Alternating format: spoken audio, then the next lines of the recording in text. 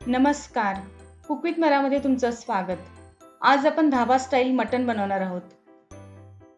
याकरता इथे मी 500 ग्रॅम मटण घेतलेले आहे. हे मटण मी स्वच्छ पाण्यातून धुवून देखील घेतलेले आहे.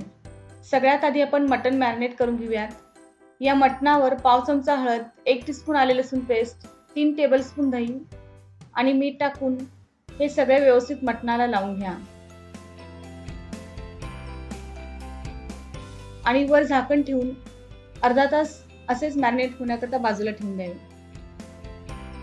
आता अर्धा तास होईपर्यंत मसाल्याची तयारी करून घेऊयात. याकरता आपल्याला लागेल 3 कांदे बारीक चिरलेले, 1 टोमॅटो बारीक चिरलेला, थोडी कोथिंबीर बारीक चिरलेली, 3 टीस्पून कांदा लसूणचे लाल तिखट, 1 टीस्पून मटण मसाला, 1 टीस्पून धण्याची पावडर, अर्धा टीस्पून गरम मसाला, 2 तमालपत्र, 2 मिरच्या बारीक चिरलेल्या आणि लागेल भाजलेल्या सुक्या खोबऱ्याची बारीक पावडर. इथे तुम्ही तुमच्या आवडीनुसार सर्व साहित्यांचे प्रमाण कमी किंवा जास्त करू शकता. एका कुकरमध्ये तेल गरम करून घ्या. आधी यात 1 टीस्पून जिरे टाकून घ्यावे. थोड्या वेळाने ते तडतडले की यात तमालपत्र आणि कांदा टाकून अगदी व्यवस्थित परतून घ्या.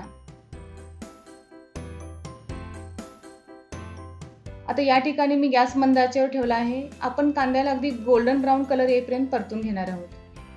साधारण 8 ते 10 मिनिटांनंतर कांदा असा दिसतो. आता कोथिंबीर टाकून परतून घ्या. यात टोमॅटो देखील टाकावा.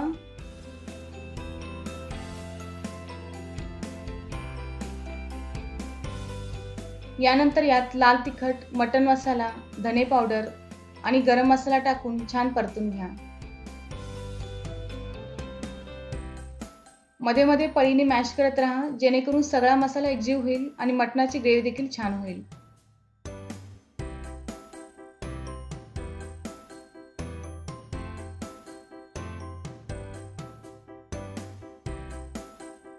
यानंतर याच्यात अर्धा तास मॅरिनेट केलेले मटण टाकून परतून घ्यावे.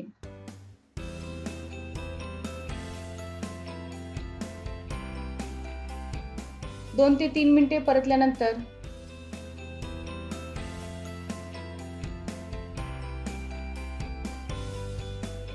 वर झाकण ठेवून द्या विदाउट प्रेशर आणि साधारण 5 मिनिटांनंतर झाकण काढून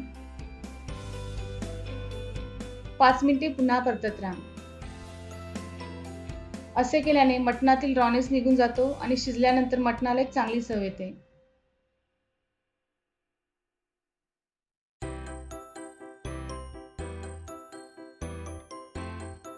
याच्यात वाटीभर गरम पाणी ओतून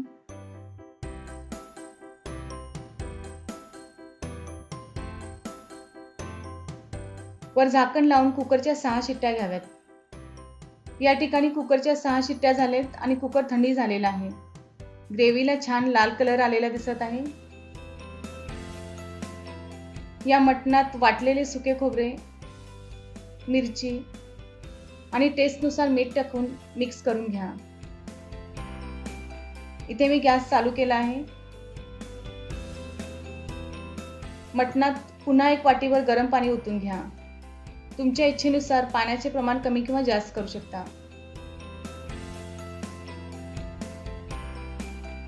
आणि पुन्हा झाकण विदाउट प्रेशर असेच ठेवून 5 मिनिटे मटण शिजू द्या. 5 मिनिटांनंतर मस्त सुगंध सुटलेला आहे. धाबा स्टाईल मटण सर्व करण्याकरता तयार आहे. खूप टेस्टी मटण झाले आहे. या पद्धतीने मटण एकदा तुम्ही करून बघा आणि तुमच्या प्रतिक्रिया कमेंट्सद्वारे नक्की कळवा. रेसिपी आवडली असेल तर लाईक करा, शेअर करा आणि कुक विथ मराला सबस्क्राईब करा. धन्यवाद.